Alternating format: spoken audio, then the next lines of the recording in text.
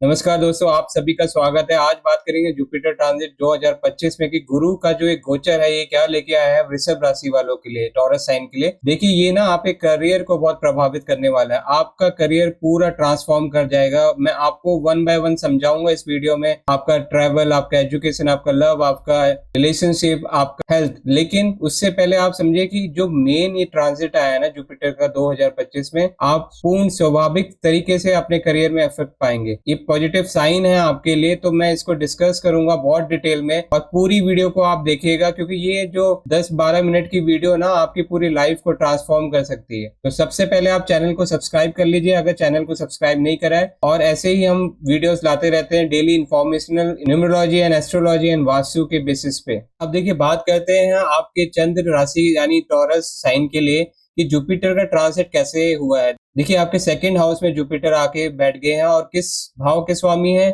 आपके गेन्स के स्वामी हैं और आपके ट्रांसफॉर्मेशन के स्वामी हैं। तो इस साल आप बहुत ही ज्यादा ट्रांसफॉर्मेशन होगा आपका। क्यों होगा वो मैं आपको बताऊंगा। आपके करियर से होगा। देखिए आपके गेन्स के तो भाव के स्वामी हैं ही, लेकिन लिक्विडिटी, आपके बैंक बैलेंसेस पे भी जुपिटर आके बैठ गए हैं, जो बहुत ही अच्छा प्लेसमेंट है जुपिटर का आपके लिए। तो मैं आपको डिटेल में बताऊंगा। उससे पहले आप जानिए, देखिए सबसे बड़ा ना मिथ मैं आपको क्लियर करना चाहता हूँ। देखिए लोग कहते हैं कि थर्ड राशि यानी मिथुन राशि में आ गए हैं तो उस हिसाब से जुपिटर महाराज फल देंगे। मैं इसे मानता हूँ उस हिसाब से देंगे, लेकिन जो केपी एस्ट्रोलॉजी और हमारे वेदिक के जो कोर जो नॉलेज रखते हैं एस्ट्रोलॉजर्स, उनको पता होता है कि नक्षत्र का प्लेसमेंट बहुत जरूरी होता है हमें जानना। अगर कोई भी प्लेनेट किसी भी राशि में गया है, एग्जैक्टली अगर हमें उसका पता लगाना है कि वो क्या फल देगा, तो नक्षत्र के हिसाब से चीजों को चेक करा जाता है। अब देखिए मृगशिरा नक्षत्र में है अप्रैल 10, 2025 से, तो ये कैसा जाएगा? मृगशिरा नक्षत्र एक हिरन का नक्षत्र है। इसमें मैं अच्छे से समझाता हूँ। जो कुछ नॉलेज को कुछ एक्सप्लोर कर रहा है, चीजों को ढूंढ रहा है,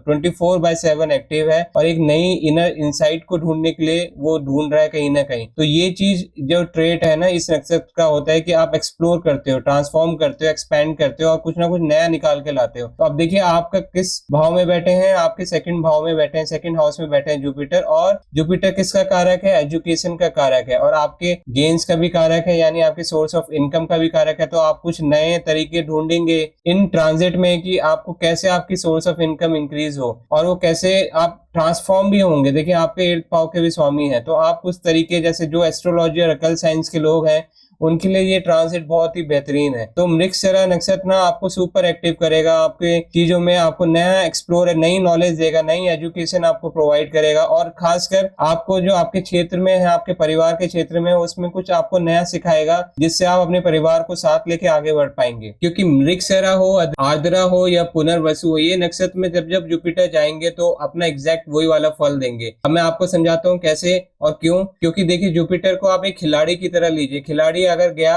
किसी कंट्री में ओलंपिक्स खेलने, तो आप ये साइन ले लीजिए, जो सेकंड भाव है और जो थर्ड राशि है, ये आपका प्लेसमेंट हो गया कंट्री का। अब एग्जैक्टली कौन से स्टेडियम में खिलाड़ी खेलेगा ओलंपिक्स, वो हो गए आपके नक्षत्र। तो आपको पर्टिकुलर एड्रेस दे देता है प्लेनेट का, ट्रांजिट का, कि इस हिसाब से फल देगा। अब बात करते हैं आद्रा नक्षत्र की। आद्रा नक्षत्र है राहु का नक्षत्र और राहु का नक्षत्र बहुत ही डायनेमिक होता है और राहु की दृष्टि भी जुपिटर के ऊपर है और जुपिटर की दृष्टि भी राहु के ऊपर है। ये इंटरचेंज कर रहे हैं आपस में, बहुत ही अच्छा है। लेकिन इस टाइम पे ना थोड़ा आप डायरेक्ट हो जाएंगे, अपने परिवार के साथ तू मैमे का थोड़ा सा रुख आपको देखने को मिलेगा, या फिर आप कुछ जल्दीबाजी में कुछ ऐसे स्टेप्स लेंगे जो आपके लिए अनफेवरेबल होंगे। और राहु की दृष्टि आपके सेकंड भाव में है। आद्रा नक्षत्र जब आएगा तो उस टाइम पे आपके अपने खान पान का भी ध्यान रखना पड़ेगा। कुछ फूड हैबिट्स आपकी बेकार हो सकती हैं जिससे आपका नुकसान हो सकता है। देखिए फिर बात करते हैं पुनर्वसु नक्षत्र की, जो जुपिटर का खुद का नक्षत्र है और ये फिर से एक्सप्लोरेशन का हिंट दे रहा है और इनर इंसाइट्स का हिंट दे रहा है। देखिए अब जुपिटर बैठ गए हैं अपने नक्षत्र में, तो ये जो पीरियड है ये फेवरेबल जाएगा आपका। और जो बैंकिंग सेक्टर में है उन लोगों के लिए तो ये चार चांद लगाएगा ड्यूरिंग पुनर्वसु नक्षत्र में। तो आपका मैंने एक नक्षत्र का ओवरऑल फीडबैक बताया कि कैसे कैसे है। अब देखिए नक्षत्र तो हमने जान लिया। अब जो जुपिटर है ना वो पूरे साल यहाँ पे नहीं बैठे रहेंगे सेकंड भाव में, ये आपके थर्ड भाव में भी जाएंगे जो कि कर्क राशि है। ये प्लेसमेंट जाएगा आपका 18 अक्टूबर के आसपास। फिर उसके बाद वापस मिथुन राशि में आ जाएंगे 5 दिसंबर में। तो ये ट्रांजिट रहेगा, इंटरचेंज करते रहेंगे। लेकिन ओवरऑल देखा जाए तो ये बहुत ही फेवरेबल है आप लोगों के लिए, जो लोग अपने फाइनेंस को इम्प्रूव करना चाहते हैं, जो अपने सोर्स ऑफ इनकम को इम्प्रूव करना चाहते हैं। अब मैं बात करता बताता हूँ कि जुपिटर की दृष्टियां कहाँ पड़ रही है। देखिए जुपिटर की जो दृष्टि पड़ रही है ना, आपके करियर पे पड़ रही है। ये देखिए, ये आपका करियर है, जो रूटीन जॉब आप करते हैं ना, जो आप कमा के लाते हैं पैसे, वो हिसाब से यहाँ इस 6th हाउस को देखा जाता है। और सेकंड का रिलेशन 6th हाउस में केपी एस्ट्रोलॉजी वाइज बहुत ही बढ़िया माना गया है, और फाइनेंस के लिए तो ये सुपर्ब है। फिर देखिए फिर आपके ट्रांसफॉर्मेशन को देख रहे हैं, जो कि जुपिटर का अपनी ही राशि है, तो वो भी एक आपको एजुकेट करेगा। आपको एक कुछ कहते हैं ना कि आपने कोई ऐसी चीज जो एक्सप्लोर ना करी हो, या फिर कोई हिडन इनसाइट्स हो, वो आपको जानने को मिलेंगी। फिर सीधा आपके करियर में देख रहे हैं, यानी 10वें भाव में, जहाँ पे राहु महाराज बैठे हैं। तो ये जो ट्रांसिट है ना, ये आपके करियर, आपके देखिए करियर कैसे आपके 6th भाव और 10th भाव को देख रहा है, और फिर आपको ट्रांसफॉर्म करेगा, आपके 8th भाव को भी देख रहा है। और आपके जो वाणी है ना, स्पीच है, वो बहुत मैटर करेगी, क्योंकि 2nd भाव में बैठे हुए हैं। अगर आप प्यार से बात करेंगे, वैसे तो वृषभ राशि वाले लोग बहुत ही पोलाइटली बात करते हैं और बहुत ही दिल के साफ लोग होते हैं, लेकिन इस टाइम पे ना अपने वाणी पे कंट्रोल करना और उस वाणी का ट्रेड को यूज करना है, क्योंकि जुपिटर वहां बैठ गए तो ज्ञान आपको देंगे। आपने जब जिससे भी बात करनी है, बहुत प्यार से बात करनी है। तो ये ओवरऑल ट्रांसिट का जो दृष्टियां हैं, जो नक्षत्र है, जो प्लेसमेंट है, ये मैंने आपको बताया। अब मैं डिटेल में बात करता हूँ आपके करियर एंड फाइनेंस की। देखिए जैसे मैंने बताया कि 6th हाउस पे जुपिटर की दृष्टि पड़ रही है, पहली दृष्टि यहाँ पड़ रही है, सेकंड दृष्टि यहाँ पे पड़ रही है ट्रांसफॉर्मेशन में, और फिर यहाँ पे पड़ रही है 10th हाउस में। देखिए पहली और जो तीसरी दृष्टियां हैं जुपिटर की, ये आपके करियर को ही दर्शा रही है और आपके फाइनेंस को भी दर्शा रही है, क्योंकि ये जो है ना, आप रेगुलर जो डेली वेजेस होती हैं आपके, वो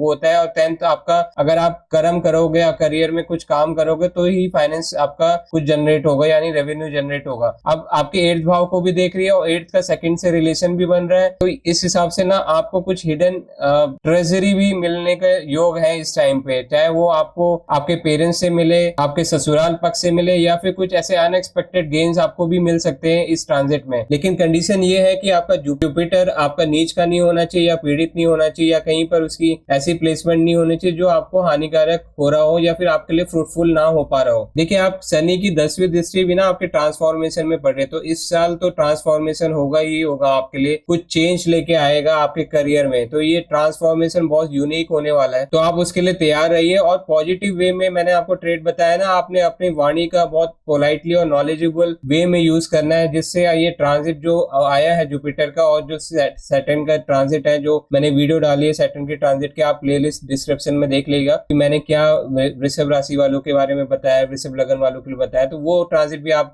इस वीडियो के बाद चेक कर लेगा। तो ओवरऑल अगर आपने ये ट्रेड यूज कर ले जो मैं आपको समझा रहा हूँ, तो आपका करियर एंड फाइनेंस तो बूम में जाने वाला है इस साल। देखिए अगर आपके रिलेशनशिप की बात करें, आपकी फैमिली की बात करें, तो ये प्लेसमेंट तो बहुत अच्छी है, क्योंकि जुपिटर वहीं आके बैठ गए। तो आपने बस अपनी फैमिली का ध्यान रखना है, और आप इस टाइम करेंगे, इस टाइम पे वेल बीइंग अच्छा रहेगा आपका, फैमिली का टेक केयर आप अच्छे करेंगे, क्योंकि जुपिटर का प्लेसमेंट वहां पे बहुत ही बढ़िया है। स्पाउस का रिलेशनशिप भी अच्छा है, लेकिन डिपेंड करेगा कि मंगल का कुछ कोई दृष्टि जुपिटर पे ना हो, या फिर मंगल की कोई प्लेसमेंट कोई ऐसी जगह ना हो आपके नेटल चार्ट में, नॉट इन ट्रांजिट, जो आपके लिए अनफेवरेबल आ जाए, या फिर यहाँ पर जो ग्रह बैठा है आपके स्पाउस एंड रिलेशनशिप में, वो भी बहुत मैटर करता है। तो ओवरऑल देखा जाए तो रिलेशनशिप एंड स्पाउस में मैं ज्यादा प्रॉब्लम्स नहीं देख रहा हूँ इस साल आपके। देखिए अगर ट्रैवल वाइज देखा जाए तो आपके ट्रैवल स्टार्ट हो सकते हैं, क्योंकि ये देखिए आप तब कर्क राशि में चले जाएंगे, यानी आपके 3rd हाउस में चले जाएंगे, तो शॉर्ट ट्रैवल्स जुपिटर के कारण आपके बनेंगे, जो फिर उसके बाद आपके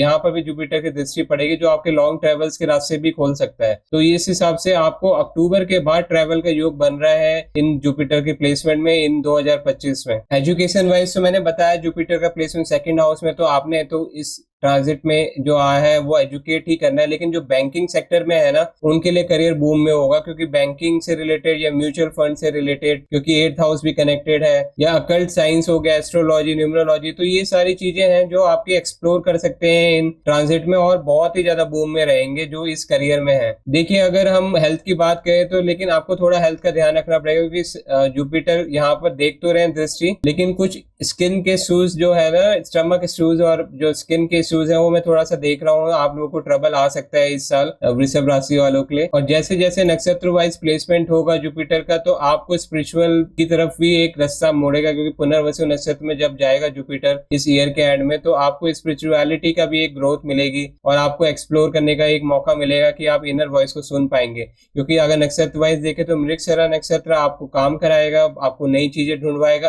आद्रा आपको उसमें एक्सपेंशन दिलाएगा, आपको कोई एक डायरेक्शन देगा और पुनर्वसी फिर आपको ना रिलैक्स करेगा, थोड़ा सा आपके अंदर की सोल का एक ट्रांसफॉर्मेशन करने के लिए आपको बोलेगा। तो ये एक ओवरऑल है जो हेल्थ एंड माइंड को रिलेट कर रहा है इस ट्रांजिट में। अब देखिए मैंने आपका ना पूरा नक्षत्र, राशि, planet, career, finance, education, travel, आपकी एक एक चीज डिस्कस कर दी है मैंने। लेकिन आपको ध्यान रखना है, आप वृषभ राशि वाले हो, बहुत पोलाइटली तो बात करते हो, लेकिन कोशिश करिएगा कि आप अपने ना करियर का ध्यान रखें इस साल, क्योंकि अगर करियर को आपने संभाल लिया तो आपका ओवरऑल प्लेसमेंट ठीक है। थोड़ा बहुत रिलेशनशिप में जो मुझे ट्रबल दिख रहा है कि राहु और शनि की दृष्टियां भी हैं आपके 7th हाउस में, तो आपको थोड़ा सा रिलेशनशिप में, फिर मैं बोलता हूँ कि आपने अपनी वाणी से कंट्रोल करा, अपनी वाणी के आप स्वामी हैं, तो उस एंगल से आप प्लेस कर जाएंगे। लेकिन जब जुपिटर 2nd हाउस से 3rd में जाएंगे तो वहां पे थोड़ा सा आपके रिलेशनशिप में ट्रबल आ सकता है। तो ये कि ओवरऑल ट्रांजिट है। जुपिटर की क्या रेमेडीज है? जुपिटर की रेमेडीज है कि आप किसी को ज्ञान दें, किसी को एजुकेट करें। जो लोग, अब देखिए आप वृषभ राशि वाले हैं तो आप रिलेट करते हैं वीनस से, तो